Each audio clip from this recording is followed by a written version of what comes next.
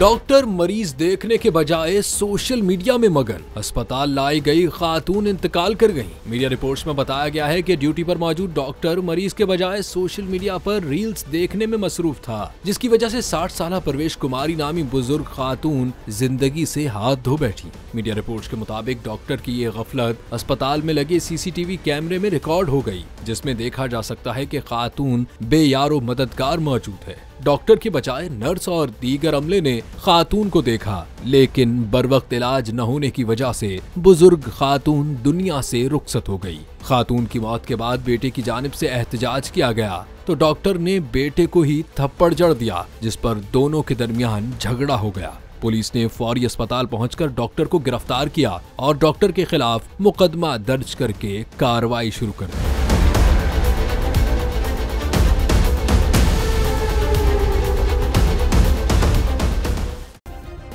Subscribe करें और bell दबाएं ताकि कोई खबर रह न जाए।